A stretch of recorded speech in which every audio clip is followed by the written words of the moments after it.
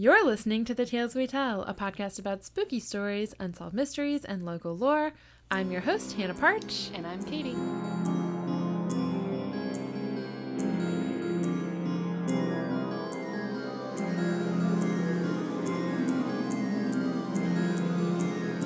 Welcome back. How are you? I'm pretty good. Never better, as your sweatshirt would imply? Never better. I told you this is what I wore to the doctor when I had strep and was like, No. I was sitting on the chair that was like attached to the counter in the exam room, and by the time she finally came in, like I was like keeled over. Yeah. I was like, had my head down because I was exhausted. I hadn't slept hardly at all the night before because I was in so much pain. And she walks in just like, how are we feeling? And I'm just like, And I just like kind of like look at the sweatshirt. You're like, this is me. Yeah. Me. Well, I have announcements. All right. I realize I should apologize for not doing more Halloween themed episodes, as we are pretty close to Halloween. I have been like fully out of it this spooky season. I think I have a good excuse. Is it because you have a child? That would be the reason. It's a mobile child. Mm-hmm. It's crawling all over the... Yeah, like... Painting masterpieces now, Yep. I saw. Freshly mobile child, so getting used to that. So yeah, I just... Fair. I don't have a good reason. I have a... My Halloween party is going to be a bit of a bummer this year. I hope everyone's gone by like 8. That's totally fine. I don't have an excuse for not... I have a really low-stress job now, and, yeah. I'm just now working on my Halloween costume when you walked in. I mean, I was putting on a shirt when you walked in. I thought you were just walking around topless. I was, briefly. But, yeah. Okay, here's my announcements. First of all, I have a very adorable story to share, which I hope everyone finds amusing. So our backyard, if you haven't seen it recently, is usually a graveyard for dog toys. Mm-hmm. And Connor, my brother-in-law, mentioned, because he came over this weekend to let Kelly out, and when he called us to let us know he had done that, he's like, you know, your backyard looks horrible. We're like, oh yeah, we know. It's got like fluff everywhere and socks and toys and stuff. And so when we got home, we were sitting out there, we made a little fire, and I was like, you know what, I'm going to pick up the yard. And so I got our wheelbarrow, which was already out, and I went around and I collected all of Kelly's toys, much to her dismay. She was watching me. I put those there. Very, like, suspiciously. And then I went around with a garbage bag and I picked up all the fluff. And that little brat has since gone through and just picked out probably a dozen or more toys from the wheelbarrow, and just not to play with, just to have out and put them back around the yard. Yeah, just to, and we watched her, like from inside the house, we watched her just dig through the wheelbarrow and pick out some toys and just place them back in the yard. And it's very cute, but a little frustrating.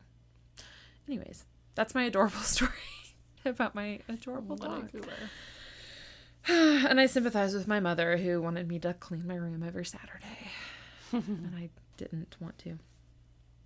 Okay, announcements. My first one is an apology to anyone who has ever messaged me on Instagram, because I realized this week that I'm really horrible at checking my Instagram messages, specifically Katie and Amanda. Both of y'all messaged me. I had like very old messages from both of y'all that I just checked on like Thursday. Oh, I'm horrible at messaging in general. That's just an ADHD thing. Yeah, too. I said it's an unfortunate side effect of my mental illness, and it's now also just a part of my personality. Yeah. So also a note from one of our listeners who wrote in about last week's episode about Mickey Joe West. Thank you. I got the Joe part, and I was like, what was her full name? We had talked about just abusive relationships in general, and this listener said she wasn't in a physically abusive relationship, but she was in an emotionally abusive relationship for a while, and she just pointed out sometimes, especially if you've been with that person for a while, or since you were, like, if you got into the relationship when you were young, which Ruth had, and a lot of people that Marvin dated, quote, dated, were with him when they were teenagers. She said, sometimes you think that that's how it's supposed to be. Yeah. And I thought that was just a really good point that was worth stating. That, and like maybe, especially too, if you didn't have a great example, like, you know, in your own parents, like maybe, it was similar to their parents' relationship. And so, Yeah. So, yeah. I thankfully have never been in any kind of an abusive relationship, so I don't know. Yes. And I know that each one of them is different too. Yeah. And it's a different experience for every person. Yeah. And I just hope that anyone who is in one is able to get out. Yes. I'm glad that listener brought that up, and thank you for bringing it up. And I do know that particular person is in a better relationship now. But yeah, I just wanted to put that out into the universe, that if you are in that situation, or I don't know, even it doesn't have to be as extreme as like an abusive or like emotionally abusive or whatever, but sometimes you don't realize that a situation you're in isn't normal, or you know that you do deserve to be treated better. And like, I think people who grow up in cults and don't realize it. Yeah, but I mean, and this sounds really cheesy, but when Jarek and I got together, I remember thinking like this gonna sound so corny, grab the corndle, but you said grab, not stroke, sorry. Don't stroke the corndle. But I just remember thinking like, oh, this is how it's supposed to be. Like, it's supposed to be easy. It's supposed to, like, I don't know. It was so different than, he just treated me better than anyone I'd ever been with. And I was like, oh, this is what it's like for someone to, like, actually love and care about you. And, like, he treats me like he loves and cares about me. And that's... values me. Yeah. Huh. What a novel concept. Anyway, stay safe, everyone. Our third announcement is a shout out to some new listeners. Ooh, hi, welcome. It's Jenna's dogs. Because she started putting the podcast on for them while she is gone. And so they just listen on repeat. So hello to Leo, Stella, Wilson, Thor, and Sawyer, who's not listening because he doesn't stay in the crates like everyone else because he's a special boy who gets to roam the house. And if you probably don't keep up with her dogs, but one of them's not there because her latest foster went on trial, and hopefully it's getting adopted. So anyways, hi puppies. Specifically Thor, who I'm trying to get used to my voice so that he will love me. Okay, you ready for this non-Halloween episode? All right, I'm going to start out with a question for you. Got it. All right, Katie. What are some things that you think of when I say Target? Like Target. Target the store? Yes. I think of the Mitch Hedberg joke. This is not the Target market, because I don't know, whenever I think Target, I just immediately, my brain goes to that joke. The way he says, this is not the Target market. Not even talking about the Target store. Okay. But then after that, my brain goes to how our Target here is not that great. Right. And I went to a Target in like a bougie part of Raleigh, and I'm like, oh, this is why all those white women are always like, Target, blah. And because I walk into ours and I don't get it. Yeah, ours isn't great. But, you know, I think of it as like I go there for like all the little things that I need right away that I don't feel like going to Walmart for. Yeah. It's like the upscale Walmart. Yeah. It's like when you need something, probably will be a little bit more expensive than Walmart, but you don't want to deal with the Walmart I don't have to environment. Deal with Walmart. Yeah. Okay. Mostly for me, it's the parking lot I hate at Walmart. It's always full. Yeah. How do you feel about the parking lot at Target? Better. Okay. Keep that in mind. How do you feel about elderly people? They're awful. I'm kidding. You mean clearly like senior I'm citizens, like older people. What do you think of when you think of like an elderly person? What retirement and how I'm ready for it? How would you describe an elderly person? I don't know. I think gray hair and wrinkles, right? Mm-hmm. Slow moving. Okay. All right, great. I try not to think about elderly people because I also start thinking about my own aches and pains and like how much pain I'm going to be in when I'm, 80. This is true. Okay. Well, today I've been inspired by an episode we've already recorded but hasn't come out at this point. And I wanted to do some digging into my own inbox for my own urban legend that all right, I'm not making sense. I went through my inbox to find a any chain email of one of those warning cautionary tales that got emailed around. And I found one. So I would like you to reach for the first item in your dossier. Try not to look at the second item because it's a picture. All right. Oh, I hope I put them in order. Hold on. Oh, yeah, sorry. My printer is low on ink. Sorry. Yes. So just pull. I was trying to show you, but then I looked down. So you get to read the whole thing. It's from my personal inbox from March 23rd of 2009. Also, real quick, I do want to say this was forwarded to me from my mother. I wasn't going to mention it. And this is not meant to throw shade on my mom, because obviously she was just trying to keep me safe.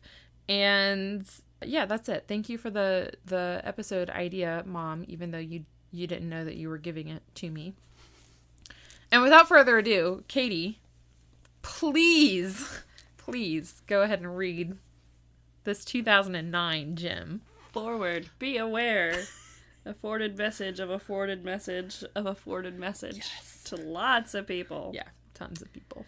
Oh, we've even got an email. We got a couple of bellsouth.nets. Ooh. And some AOL.coms. Ooh, a netzero.net. Comcast. Nice. That one's not too uncommon. Sorry, I was just... Yeah, I'm telling you, it's a little time capsule. Yep. Okay. Let's see. I know, I think it starts at the very bottom. Yep. Remember to always go and get help before you try to help someone. You just never know anymore what could happen in this crazy world. Love you all. Just me. New rape scam. Please read. Cool. This crazy world of 2009, everyone. 2009. Please pass on to all your girlfriends, wives, etc. just to be on the safe side. Please be aware. Pass it on to anyone you think this will help. This was passed on to me by a friend. Sunday afternoon around 5 p.m., I headed into the Target in Wheaton, Illinois, where crime is very rare. The safety of Wheaton, Illinois. And mostly it is with bikes being stolen. So their main source of crime is bike theft. All right. It was still light outside, and I parked fairly close to the entrance. As I got out of my car and began walking towards Target, an older lady shouted at me from the passenger seat of a car about 30 feet away from me. "Ma'am, you must help me. Help me, please. Help me." "Ma'am," I looked at her in the eyes and started to walk towards her when all of a sudden I remembered an email my mom had sent me a week or two ago about rapists and abductions using elder people to lure women in. Okay. All right, if you want to kidnap me for human trafficking, old people ain't my my catnip. Remember, we've already discussed this. It's puppies. Yes. Puppies are nothing. Yeah. Puppies or nothing. I don't know you, and I don't care about anything you have to offer unless it's a puppy. That wasn't the email. That was me. Yeah, sorry. Being real. Okay. That'll be next week's episode. What? About how I got kidnapped because somebody tried to show me a puppy? No, like some true story of someone getting... Oh, yeah. I'm sure that happens. Abducted by being lured in by a puppy. Well, didn't we already cover someone going to see a kitten or something? Probably. I'm sure the toy box killers or toolbox killers or something did that. I paused, memorized the license plate, and immediately headed into Target to get a manager to come help this lady, just in case something was up. While the woman manager headed out there, I kept close watch just because I was curious what was wrong with the lady and wanted to be sure nothing happened. As the Target lady walked up towards the car and got very close to the old woman in order to help her, the back door of the car flies open and a large man with a stocking cap on jumps out and sticks a gun to the lady's stomach as he shoves her into the back of the car. I yelled out, "Call 911," several times, and just as I was saying that, a policeman who happened to be on the other side of the parking lot, Conveniently. and who luckily had seen the entire thing happen, raced over to the car. He was able to stop the car and arrest the male as well as the old lady who was involved in the scheme. By God's grace, everyone was all right, including myself, although I think we were both shaken up. Like many of you, I would not have, in a million years, have left an elderly person who was yelling for help, so if it weren't for the email I had read last week... So I wanted to pass this along so you all can be aware and remember that you really can't trust anyone these days. You just never know when something like this could happen. I could never have dreamed it to happen to me, especially on a Sunday afternoon at a Target in a safe area. It definitely was not a coincidence that my mom sent that email just a few days before this all happened. So her mom was in on it too. That is actually, yeah, that's what that implies. Not a coincidence. Please be careful. Always be aware of your surroundings. Just because you individually don't go over to help someone doesn't mean you have to leave them in trouble. But don't go alone. You really don't know what might be going on. Snopes.com says this is true, and they also use children to lure their victim. End of forwarded message. My favorite thing about that story is that she totally threw the Target manager. Yeah! If you were truly worried about it, why would you get a female Target employee? Like, or at least, or only the one. Also, when she said the Target lady, I thought of the SNL sketch, which is my favorite sketch of all time. And so I just imagined Kristen Wiig with the bowl cut wig going out there and then getting abducted at gunpoint. Just like, wow, which, I'm sorry, if you suspect trouble, don't go get a Target manager. That person is not qualified to handle... They have security in places. Maybe not in, Wheaton, Illinois, where it's super safe and their only issue is bike theft. But Target has bikes sometimes. Sometimes. Maybe get, like, a Target security person. Although they probably don't carry... They're probably not allowed to carry guns. Maybe get the cop that was at the other side. Okay, so funny enough that at the very end of that email, she mentioned Snopes, because I was hoping Snopes does have this exact story, but we're going to save that till the end. And so obviously I wanted to find out if any part of this was true. Well, we did have that thing go around town a couple of years ago where that was shared on Facebook. And I think we've mentioned this before too, that some man was ejaculating on the door handles of cars parked at Target. I think that's actually true, and I mean, there was photos attached to the post. I think I actually know who that was. Who was doing it? Yeah. Okay, and we're back. So I broke it down into two main aspects. Number one, are people really getting abducted in Target parking lots specifically? Because that was just too specific. And number two, are gangs or criminals really using elderly people to lure victims into danger? I don't know, man. It seems like a lot of work, you know? Yeah, it's like bring your grandma to work day. Yeah. But I feel like you got to make a lot of accommodations, right? Yeah, and like... Man, again, it's probably not like they've got anywhere else to be, except maybe, you know... Also... Doctors' offices are knitting clubs, and that's not to hate on knitting clubs. There's one in town that I really want to be a part of, but it always happens during work hours. And not to spoil anything, but as I found out in my research, elderly people are probably a lot easier to make victims than they are to, like... use as lures. Like, it's probably a lot easier to just victimize an elderly person and then take their, like, retirement money or social security money or whatever than to be like, hey, do you want to help me and be an accomplice to a crime to help me get this much younger, stronger person? Okay.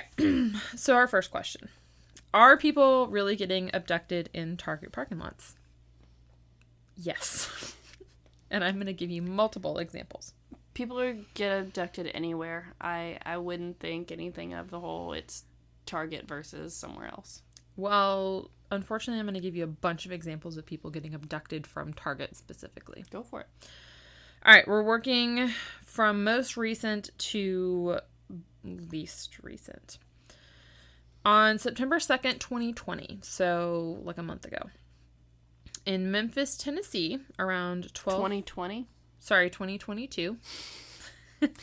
I mean, I know time is wonky these days, but that was more than a month ago. Okay, in Memphis, Tennessee, around 12 p.m., a woman and her 1-year-old child were abducted at gunpoint by 2 men from a Target parking lot. The woman was putting groceries in her car when the men approached her. They forced her into her own car and made her drive to an ATM where they made her withdraw $800. And then they let her go unharmed. So her and the child were both fine. One of the suspects was named Will Hayes, who was 25, and he has since been apprehended and charged. The other suspect is, as far as I know, still on the run. Yeah. On July 3rd, 2022, around 3:10 p.m. in Chesterfield County, Virginia, a woman was approached by 43-year-old Thomas Bartlett in a Target parking lot. Bartlett demanded money from the woman before assaulting her and fleeing, and he was later arrested and charged that same day.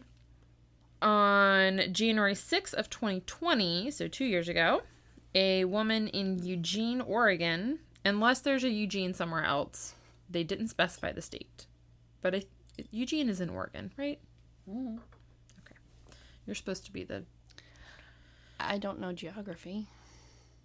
I didn't look it up. This seems like an Oregon thing to happen. Okay. So this woman left a Target, got into her car, and then 2 other cars pulled up and blocked her in, and then 2 men got out, broke her window, forced their way into her car, and then drove away with her still in the car. Target employees saw this happen, and so they called police. Good. And then... Step one. Step one. Police were able to make contact with this woman a week later, and she was fine, and she didn't want to press charges or report a crime. And so they were like, we can't do anything. Which sucks because, like, it was probably... Well, I don't know. I feel like it was either, like, a domestic dispute or she was caught up in, like, something. But it sucks because she probably doesn't want to press charges because she's scared, right? Mm-hmm. Like, I don't know. Wild day at that Target, though. Those employees. Yeah. Okay. And then on November of 2019, an Arizona woman and her 2 children were getting in their car when they were, in a Target parking lot, obviously, when they were approached by 38-year-old Nicole Nugging. And Nicole approached the woman. She was like, hey, that 7-month-old baby that you have is mine. And the woman was like, no, it's mine. So they argued Nicole tried to grab the car seat that the child was in. Mother of the Year here, by the way, was able to get her kids safely in the car and then just started hitting Nicole. Fought her off. That was where my mind immediately flashed to, because if someone came up and tried to take my also currently 7-month-old child, they would catch my hands. Yes. I'm pretty sure this woman basically, like, when she realized what was happening and when this other woman tried to physically take the car seat, she was like, okay, we're going to stop trying to buckle the children in the car, and just, like, basically threw the car seat in the car, closed the door, and then just, like, let her have it. So Nicole was arrested, and she was charged, obviously, and I think she was deemed to be, like, mentally unwell, obviously. Yeah, that's what I was hoping you'd say, either checked into a facility or just somehow got psychiatric help. Yes. Okay, so now we got the big one, because I'm not just going to tell you about a bunch of small cases. All right, so you may look at your picture. The photo. Yeah, I know, I'm not just going to include photos for no reason. All right, so this is Kelsey Smith. She looks familiar. Well, she looks familiar to me because she, I feel like, is basically us. She graduated from high school in 2000. Sorry, hold on. Am I doing my math right? I mean, before we get into her, I was actually talking with Corinne yesterday, too, about how, I guess not one of my biggest fears, but it's definitely like a major concern, you know, just going to the grocery store or the Target now or anywhere is just such an extra hassle and, like, overwhelming concern of, like, okay, well, what's the, like, right order of operations here? It's like, okay, I get back to the car and I've got to put the kid in the car first, but then I'm leaving the kid while I return the cart, or I, like, load the cart of stuff, but then, you know, the kid's just sitting there in the stroller next to the car, but not in it. So it's like, okay, either way, I'm having to leave him unattended for, you know, a few moments. But anything like these, you know, kidnappings or abductions or anything, like anything can happen in just a couple of moments. So it's, I don't know, it's just very frightening and annoying now. Yeah. Okay, I'm not crazy. I wrote my dates wrong. Whew, I thought I did that thing again where I just completely forgot what year I graduated. Okay, she graduated from high school in 2007. Me too. I graduated in 2008. I feel like that is, like, pretty close to what my senior pictures look like. I feel like I had that shirt, maybe. I was thinking I had that same shirt, too. Or at least I know someone who did. I had those side bangs, for sure. I had those eyebrows, also. Like, they weren't super thin. They weren't the 2000s eyebrows, but those are my eyebrows when they're just, like, maintained. Yeah. So, and she's got French tips, too. Oh, she was who I wanted to be in high school. So, Kelsey Smith, she was an 18-year-old girl living in Kansas City. She graduated high school in 2007. And on June 2nd of 2007, around 7 p.m., she went to the Target. This is crazy because this is a total coincidence. She went to the Target behind the Oak Park Mall in Overland Park, Missouri, which is where the letters that from the Mickey Joe West case were. Wow. I saw that and I was like, what the fuck? So anyone who's only listened to this episode and hasn't listened to the episode before, that's what we're talking about. Yes. She was going to this Target because she was buying her boyfriend a 6-month anniversary present, which just so sweet. Surveillance cameras from the store show her going in, and they also show a white male in his early 20s wearing a white shirt and dark shorts following her at a distance in and around the store. And he's not following her close enough that she notices, and it's not something that anyone would really be suspicious of until after the fact. And that's the thing that's so frustrating and nerve-wracking. It's like, especially if you're going to a store like Target, you're like, okay, I have to get these 5 things. And, you know, maybe you've got to go in. Your plan is, like, go in, get the things, get out. And, like, obviously you're going to get distracted by other things because, like, that's the whole meme of Target. Yeah. But you know, especially if I'm trying to remember, like, these are the things that I'm looking for, you're, like, actively looking, like, where does this live in this big store? Right. Does it live over here, or is it in this department over here? Or where would I find it? And you're so focused on the task at hand that you're not paying attention to your surroundings. You're not paying attention if someone happens to be following you, or just maybe has the same shopping list as you. I don't know. Yeah. That's... Yeah. And I think even when she's leaving, like when she's at checkout, she calls her mom to let her know that she's about to leave, like she's on her way home. So on surveillance, when she's at checkout, the man, leaves and like goes into the parking lot and goes to his car. Neither Kelsey nor the cashier seem to notice him. And then in the parking lot, footage shows Kelsey going to her car, but then you can see the man appear to kind of run at Kelsey and force her into her car. And then her car drives away. So, because Kelsey had called her mom to let her know she was coming home, when she didn't come home, her parents pretty immediately know something's wrong. Right. They report her missing, and her car is later found in the nearby Macy's parking lot. Investigators contacted Verizon to ask for Kelsey's phone records to help locate her, but Verizon initially refused since they weren't legally obligated at the time, which Verizon's kind of the villain in this story. The secondary villain, sorry. The real villain is the murderer. Spoiler. I'm sorry. I just realized that. It wasn't until June 6th, which was 4 days later, that Verizon did finally release the records, and investigators were able to pinpoint an area. Was that after they'd been subpoenaed?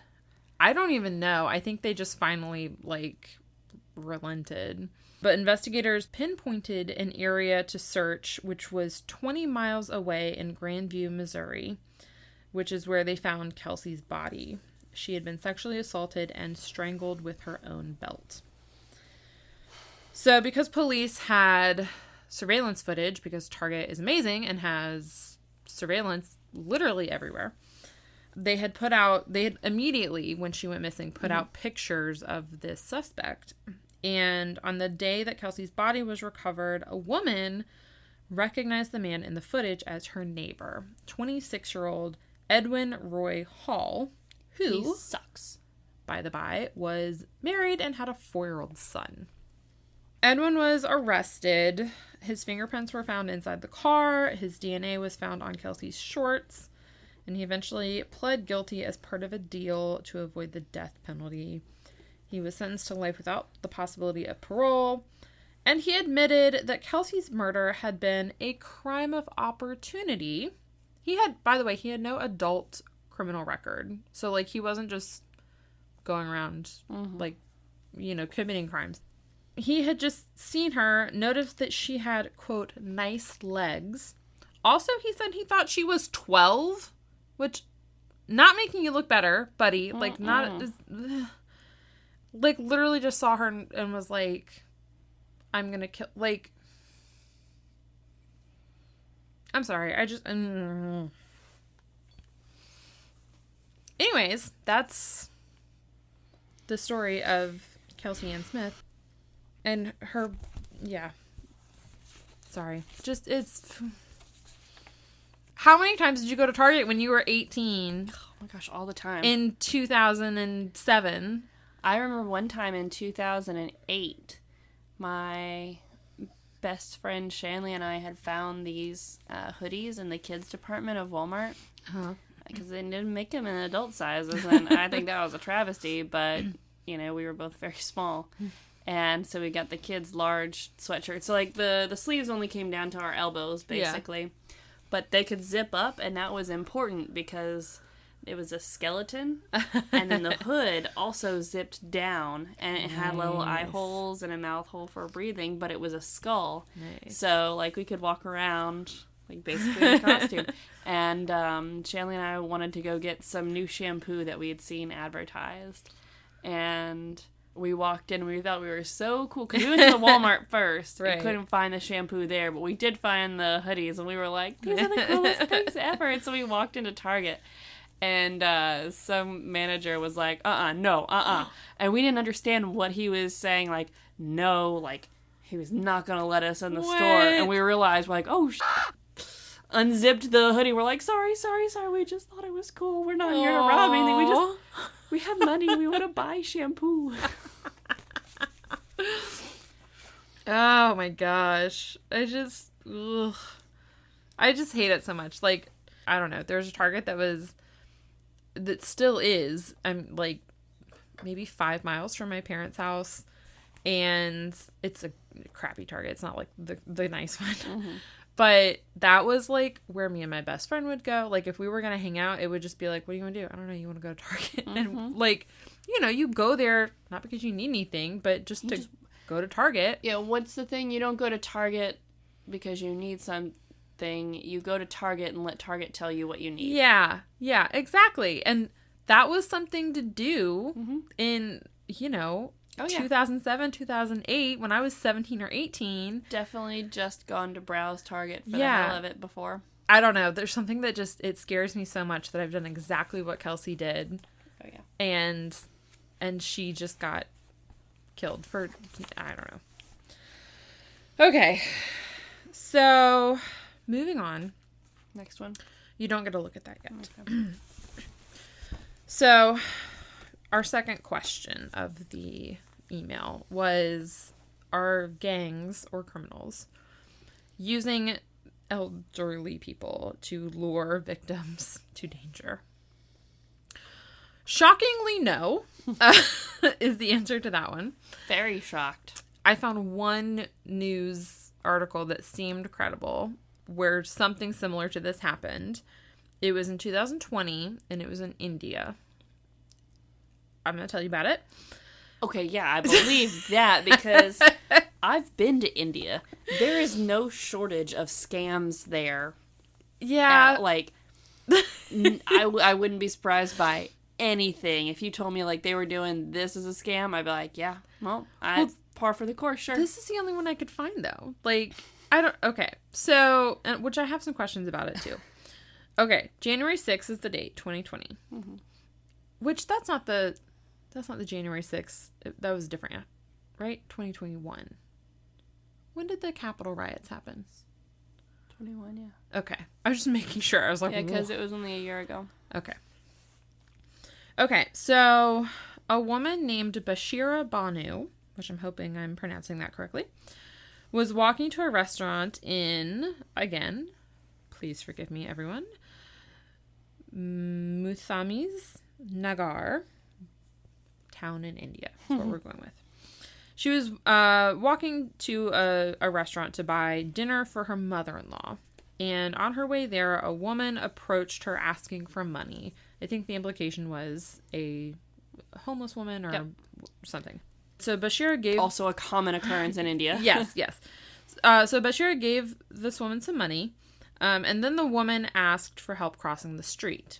And because Bashira apparently is a nice person, was like, sure, I'll help you cross the street.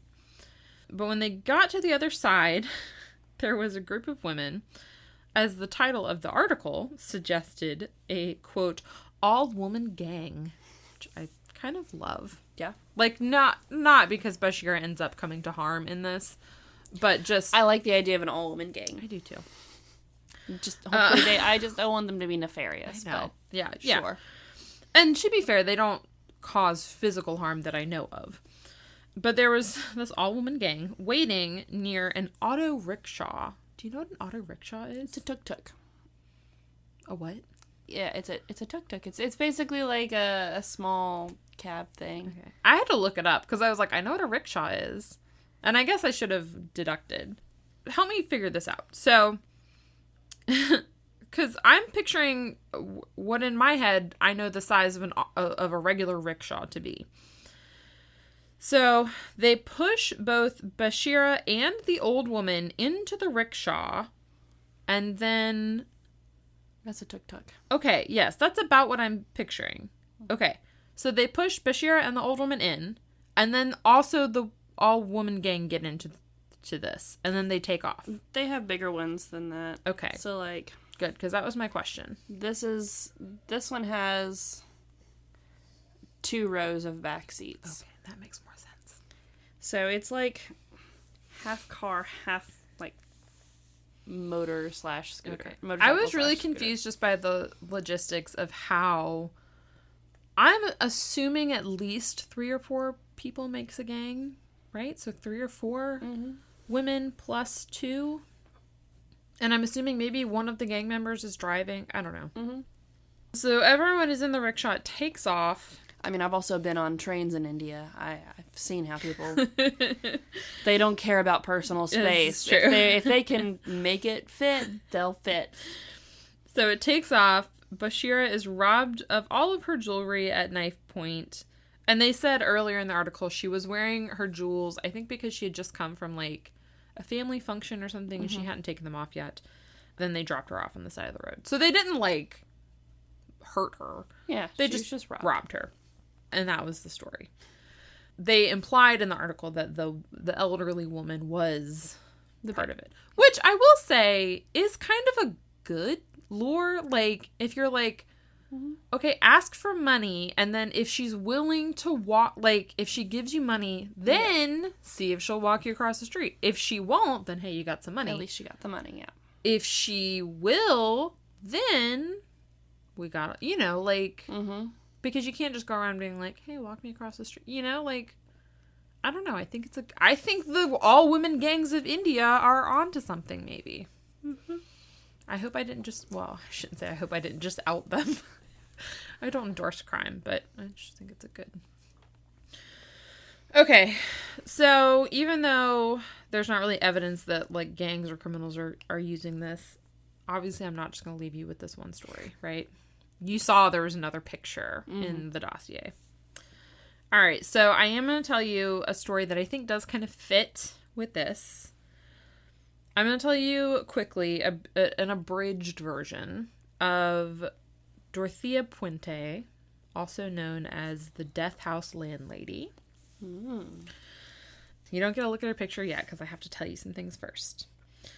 So Dorothea was born Dorothea Helena Gray on January 9th, 1929, keep that date in mind, in Redlands, California. She had a fairly traumatic and tumultuous childhood, and the first time she was married, she was 16.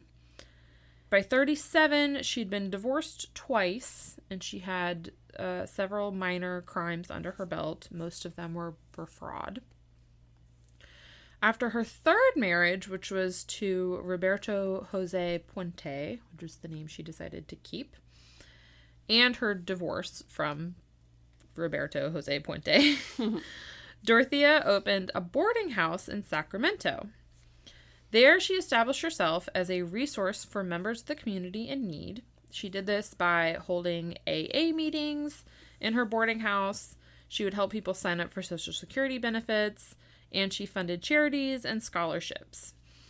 And despite only, at this point, being in her late 40s or early 50s, she played and dressed the part of the respectable matron, aka the elderly lady. A spinster. A spinster. So she did this by wearing older style clothing, granny glasses, that's what they called them, granny glasses, and letting her hair go completely gray. Okay, you can look at your picture now. And I'm going to let you guess how old she is in that picture. All right. I mean, yeah, she legit looks like she's in her 70s. Right? Like, just looking at her hair and the glasses, and, she does have some wrinkles and some droopiness to her face. Right? But, like, maybe it's just the picture, but her forehead is smooth. Right? And her eyes seem really young and clear. Like, her eyes, very young looking. Yeah. Like, honestly, she does look like she's, if you just look at, like, her eyes. Yeah. She looks like she's 40-something, maybe. Yeah. So, when you add in some of the wrinkles, some of that might be, So she's... And then look around her neck and everything. I'd put her in her 50s. So she's 59 in that picture. But... look, there's... Oh, yeah. 88. There's the date. But, so, like, that's what I mean. She would, like, wear her hair in, like, an older style. She would wear the big glasses. She was wearing, like, very matronly clothing. And I think she just kind of let people believe that she was, like the grandma. Yeah. Right? Nothing to be afraid of here. Yeah. Kitties. Because it was, like, disarming, right? Like, no one would think anything of, like, this older, kindly, like, probably feeble. She's so frail, she couldn't hurt anyone. Couldn't hurt anyone. She's just a little grandma. Okay, well, let me tell you what old Grandma Dorothea did. Okay. All right. In 1982, one of Dorothea's tenants, 53-year-old Ruth Monroe, died of an overdose of codeine and acetaminophen. She had been bedridden at the time, and Dorothea told police that she may have been depressed, implying that this might have been, like, an intentional overdose. So because of these things, police didn't really pursue an investigation of her death. Less than a month later, another one of Dorothea's tenants, 74-year-old Malcolm Mackenzie, called police to report that Dorothea had drugged him. And Malcolm is like, she drugged me, and also she stole from me while I was drugged. Because Dorothea already had a record for fraud, police did arrest her, and they sentenced her to 5 years in prison. During her time in prison, Dorothea began a relationship via letter writing with a man named Everson Gilmuth, who was 77, and he was from Oregon. She was released after 3 years in 1985, and Everson drove from Oregon to pick her up. The two made plans to get married, but shortly afterward, in November, Everson vanished. But his family was still receiving correspondence from the couple, like from Everson and his new girlfriend, so they didn't know anything about him disappearing. Meanwhile, Dorothea had hired a handyman named Ismael Flores to do some projects around the house for her. One of those projects was building a 6-foot by 3-foot box with a lid. I'm just going to say that again. A 6-foot by 3-foot box with a lid. You're missing a dimension, though. What?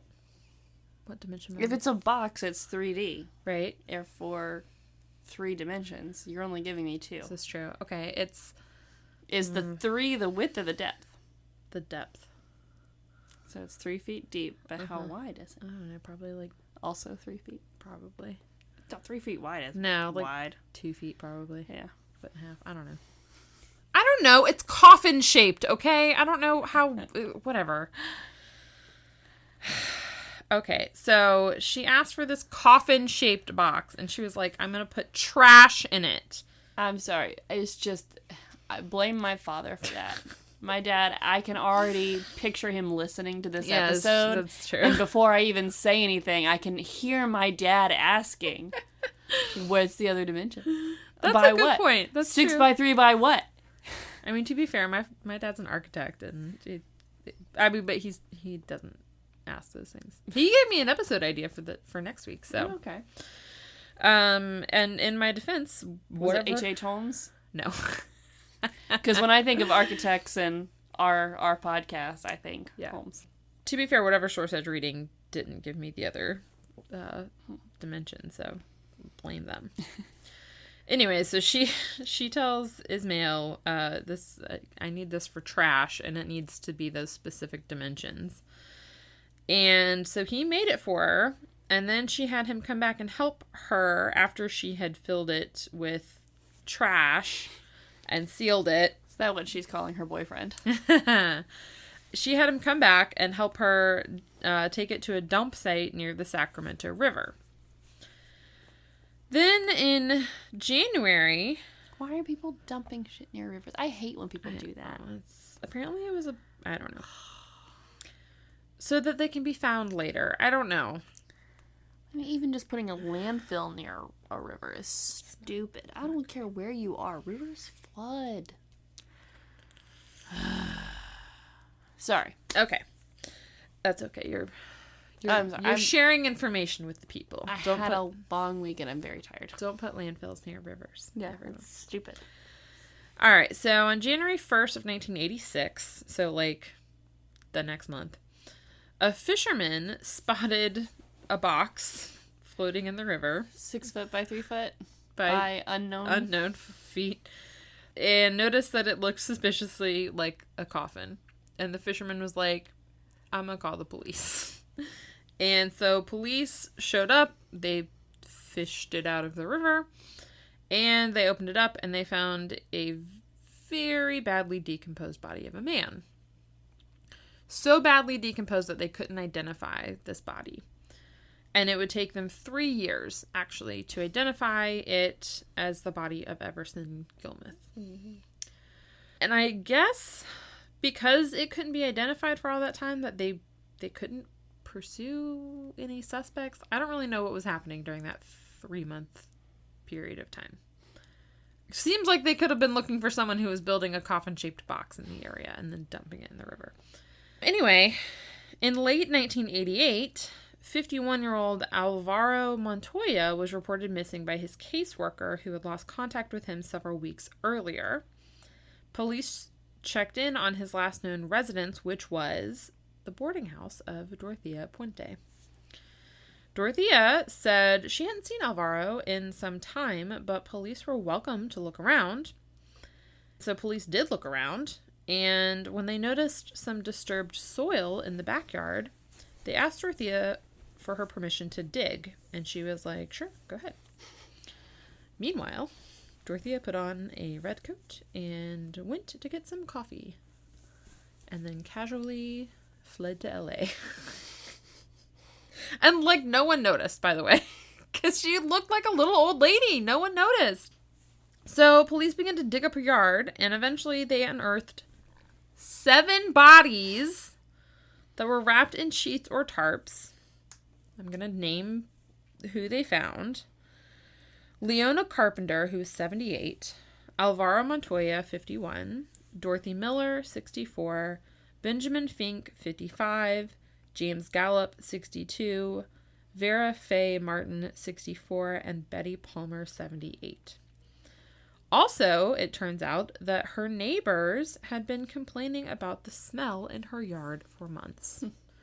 Which, I don't know how many times everyone needs to say, if something smells like decomposing bodies, To be fair, how many people are familiar enough with the smell of decomposing flesh to where they'd be able to identify that?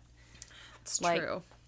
You can say something smells, but you don't know what that cause is. Like, not very many, I hope, people are familiar with what the smell of rotting dead bodies is. Yeah, but still. I mean, you know, when the wind is blowing in the wrong direction and our whole town smells, you're like, ugh, it's the Weyerhaeuser plant. Like, it's the paper mill. Yeah. But we know that it's a paper mill. If you can't, like, when we first moved here and we had stinky days, it's like, what is that? Yeah. No idea. And then as soon as someone said paper mill, I was like, oh, that's right. I've smelled a paper mill before. I do know what this is. Yeah. But I still wasn't able to identify it as such. Yeah. Anyway, that's a long way of saying cut the neighbors some slack. Yeah, I know. Well, I'm not blaming the neighbors, obviously, but... So the other thing is that apparently Dorothea was known to be extremely territorial over her yard. So if anyone accidentally walked through her yard or, you know, a dog peed in her yard or whatever, she would, like, cuss them out. They would say, like she would make a sailor blush with the language that she would use.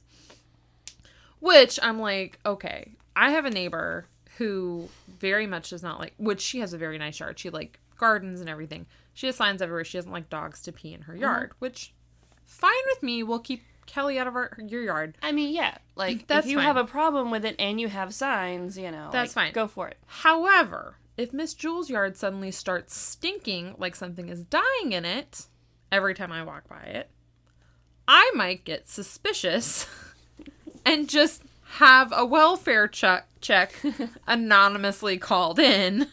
To be like, hey, this lady doesn't want anyone go in her yard. A new fertilizer or something? Oh! That's the other thing. When everyone would complain, Dorothea would say, it's fertilizer. That's what you're smelling. So I'm just saying. If my neighbor's yard also suddenly started smelling sickly sweet like a rotting possum, for months at a time. I might. Okay, so Dorothea has gone off to coffee in LA. They do quickly find her, thankfully. She's arrested. They charged her with 9 murders, 7 in the backyard, plus Everson and Ruth from before. She only is convicted of 3, but that was enough for her to get sentenced to life without parole. She had been using her granny disguise, if you will, to seem approachable and trustworthy to everyone, including social workers who would actually refer tenants to her because she was known to take, like, the elderly in. Yeah, and, like, problem cases of, like, people who otherwise wouldn't be able to find housing. Like I said before, she was only 59 at the time of her arrest. Her MO, as it turned out, was to drug her victims, strangle them while they were drugged, and then she would have day workers dig a hole in the backyard, and then she would just put the bodies in the holes. And then she would continue to collect the Social Security checks of her victims. Yeah. Dorothea Puente died in prison on March 27th, 2011 at the age of 82. So I know that's not quite the same as a gang using an elderly person. But that's still just someone using the guise of an elderly person as a ruse. True. And then I know I said I would get to the Snopes situation. So, is that my next in the dossier? No. Oh, because I thought I saw text on a thing. You did. There's a little surprise at the end. Oh, good. So Snopes does address that exact email that I received in 2009. And this is a quote from the Snopes article. Okay, so according to Terry Mee, who is the division commander of the Wheaton Police Department, remember Wheaton, Illinois, the safest place except for bike theft. Yeah, safest place to be unless you're a bicycle.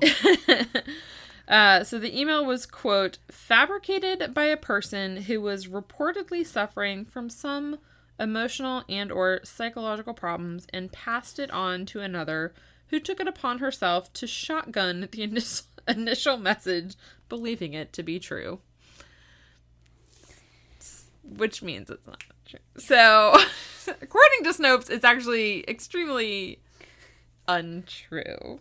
Nice. But in the spirit of email chains and warnings, I did find one more in my inbox. Because all I had to go by was, like, saved. Things I had saved. So, if you would like to look at your last dossier piece, I found an email that... She looks like Courtney Cox, dressed up as an old lady. Oh my gosh, she kind of does. If Courtney Cox hadn't had so much work done to her face. She does. So it's like a, late 90s or early 2000s Courtney Cox. You're right. Wow. Good call. Normally I can't see resemblances. Like, honestly, if a regular movie star walked in with a baseball hat, I'd be like, oh, hi, nice to meet you. I have no idea who you are. You'd be great on Undercover Boss. Yeah. Okay, this one I printed it out in all of its different fonted glory. Yeah. This one is just a bunch of random tips and tricks, but I actually thought they were pretty good advice. Right. So I thought we could just read them as, like, here's some good things to remember. All right. So, everyone should take 5 minutes to read this. It may save your life or your loved one's life. Crucial. Yes. Because of recent abductions in daylight hours, refresh yourself of these things to do in an emergency situation. Forgot the first part's a little extra. This is for you and for you to share with your wife, your children, everyone you know, but not your husband. Because not your husband. Men don't get abducted. No. Maybe that should be our next episode. The men being abducted. That's a good point. After reading these 9 crucial tips, forward them to someone you care about. It never hurts to be careful in this crazy world we live in. 1. Tip from Taekwondo. The elbow is the strongest point on your body. I don't know if that's true. I don't know if that's true either. If you are close enough to use it, do. Number 2. Learned this from a tourist guide. If a robber asks for your wallet and or purse, do not hand it to him. Toss it away from you. Chances are that he is more interested in your wallet and or purse than you and will go for the wallet/purse. Run like mad in the other direction. Hannah is also miming said instructions, so if I start laughing, that's why. Number 3. If you are ever thrown into the trunk of a car, kick out the back taillight and stick your arm out the hole and start waving like crazy. The driver won't see you, but everyone else will. This has saved lives. This was on an episode of Psych. Oh, that was also in that movie with Abigail Breslin. Like her first movie where she was like a grown-up. Or like a teenager. Yeah. Number 4. Women have a tendency to get into their cars. Yes, we do. Yes, we do. After shopping, eating, working, etc. and just sit, doing their checkbook or making a list, etc. It's called decompressing, actually. Who has a checkbook? Also, my parents have a checkbook. My dad balances it every weekend. At home, I'm sure. At the kitchen table or his desk. Yeah, at the kitchen table. You're right. Not in his car. Making a list, etc. No, if anything, I'm checking things off of my already made list. I just decompress in the car. And I also, as soon as I'm in the car, I am like buckling up while starting the ignition. Yeah, I'm ready to getting home. I'm a homebody. Don't do this. Sitting in the car, balancing your checkbook is what they're referring to. Yeah. The predator will be watching you, and this is the perfect opportunity for him to get in. Not if you lock your doors. On the passenger side, put a gun to your head and tell you where to go. As soon as you get into your car, lock the doors and leave. If someone is in the car with a gun to your head, do not drive off. I like Repeat, do not drive off. Instead, gun the engine and speed into anything, wrecking the car. Your airbag will save you. If the person is in the back seat, they will get the worst of it. As soon as the car crashes, bail out and run.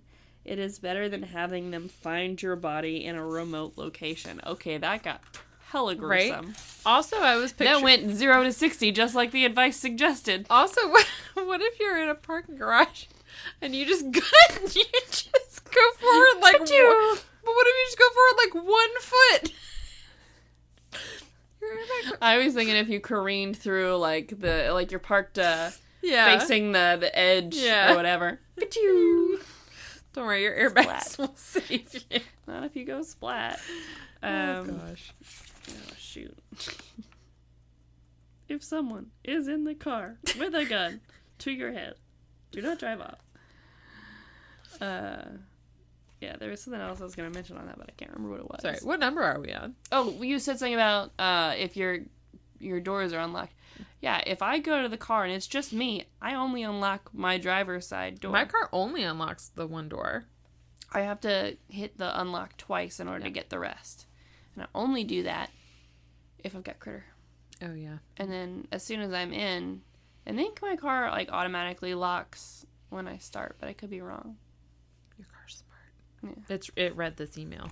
Yeah, it did. Number 5. A few notes about getting into your car in a parking lot. We already covered this. Or a parking garage.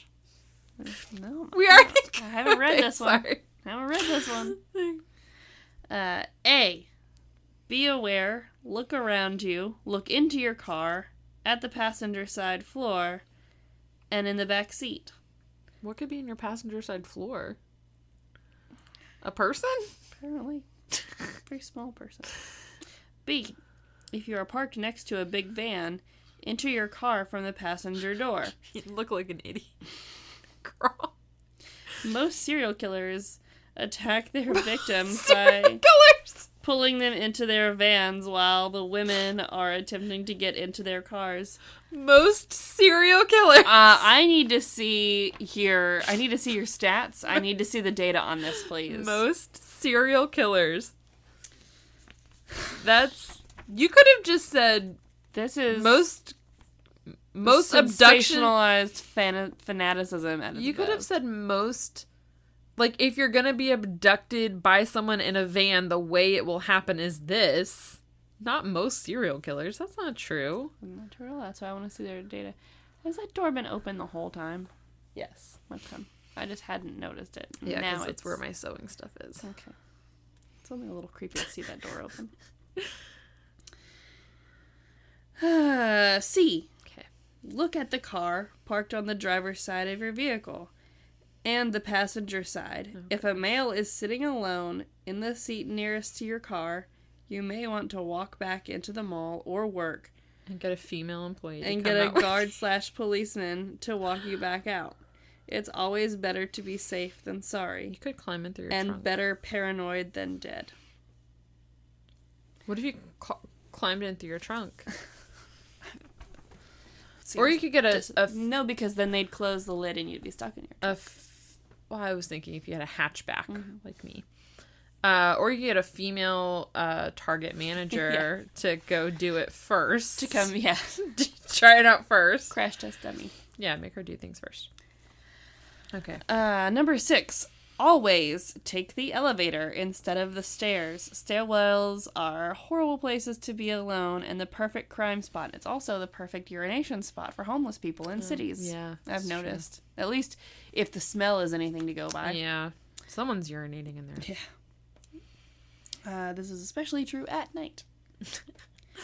If the predator has a gun and you are not under his control... Still in the stairwell? Always run. No, sorry. Number 7. Sorry, I was like, wow. I mean, we could be in a stairwell here. Okay. But no, number 7. If the predator has a gun and you're not under his control, always run. Okay.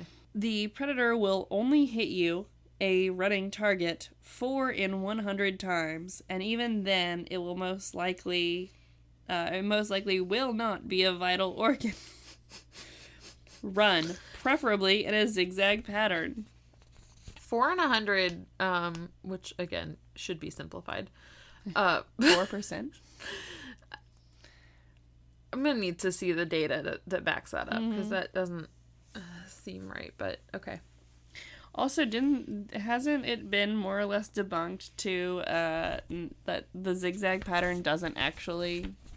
I don't know. I think there's a MythBusters about it, isn't there? Yeah, might be. I don't know. Number 8. Right. We're Sorry. almost done. I'm watching Isabel's eyes behind you. Yeah. She's listening intently. She is. That's Actually, her. she's kind of like off daydreaming about murdering people. Be like, Yep. I'm a serial killer and I always attack from a van. That's what she's thinking. Number 8. As women, we are always trying to be sympathetic. Stop. It may get you raped or killed. Ted Bundy, the serial killer, was a good-looking, well-educated man who always played on the sympathies of unsuspecting women. And always abducted from the van. Yeah. From a van. Yeah, obviously. Obviously. As is the well-known thing. We are being facetious. We know it was a Volkswagen Beetle. Yes. He is a Herbie. He walked with a cane or a limp and often asked for help into his vehicle or with his vehicle, which is when he abducted his next victim. Number 9, which in the intro it said there were these 9 crucial tips, but I'm already seeing ahead to where there's number 10. Oh no! I didn't notice that. There's a bonus tip. Bonus tip. Number 9, another safety point. Someone just told me that her friend heard a crying baby on your porch the night before last. And she called the police because it was late and she thought it was weird. The police told her, whatever you do, do not open the door.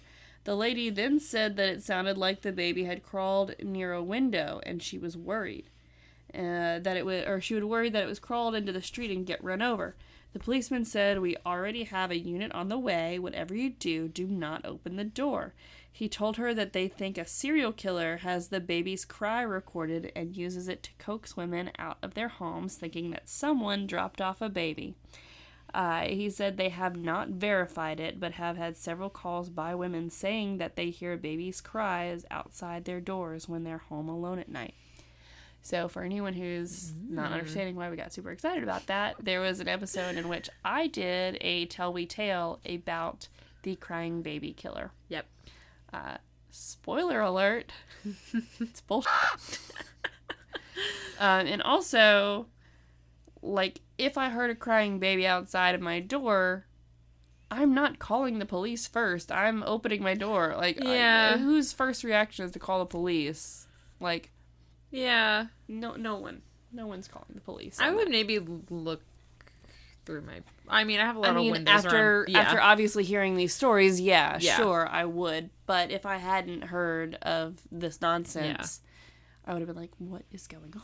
I have a lot of windows around my front door, so I could probably see if there was a person there or not. All right, bonus. Number 10. Water scam. A water scam. Can't wait to see what this is going to be about. If you wake up in the middle of the night and to hear all your taps outside running or what you think is a burst pipe, do not go out to investigate. These people turn on all your outside taps full blast, so you will go out to investigate and then attack. I mean, all your taps outside. How many taps do you have outside? We have 2. No, 3? 2. Would you hear them? No. At night? No. If I was in Critter's room, I might hear one if it wasn't, or if there wasn't a hose attached. Yeah. But there is a hose attached, so maybe. I don't think I would hear we have. This one sounds weird to me. Yeah. Stay alert, keep safe, and look out for your neighbors. Please pass this on. No, don't look out for your neighbors. We were just told we're too sympathetic. Yeah. Don't look out for them. Don't help them. Don't help anyone. Just call the police, apparently. You're paying those taxes, you might as well use them. It's like that comedian, like, I feel like I should pay less taxes. I don't vote. I put out all my own fires. I never call the police. Yeah. This email should probably be taken seriously because the crying baby theory was mentioned on America's Most Wanted when they profiled the serial killer in Louisiana, which is the story that I told. Yeah. I'd like you to forward this all to the women you know.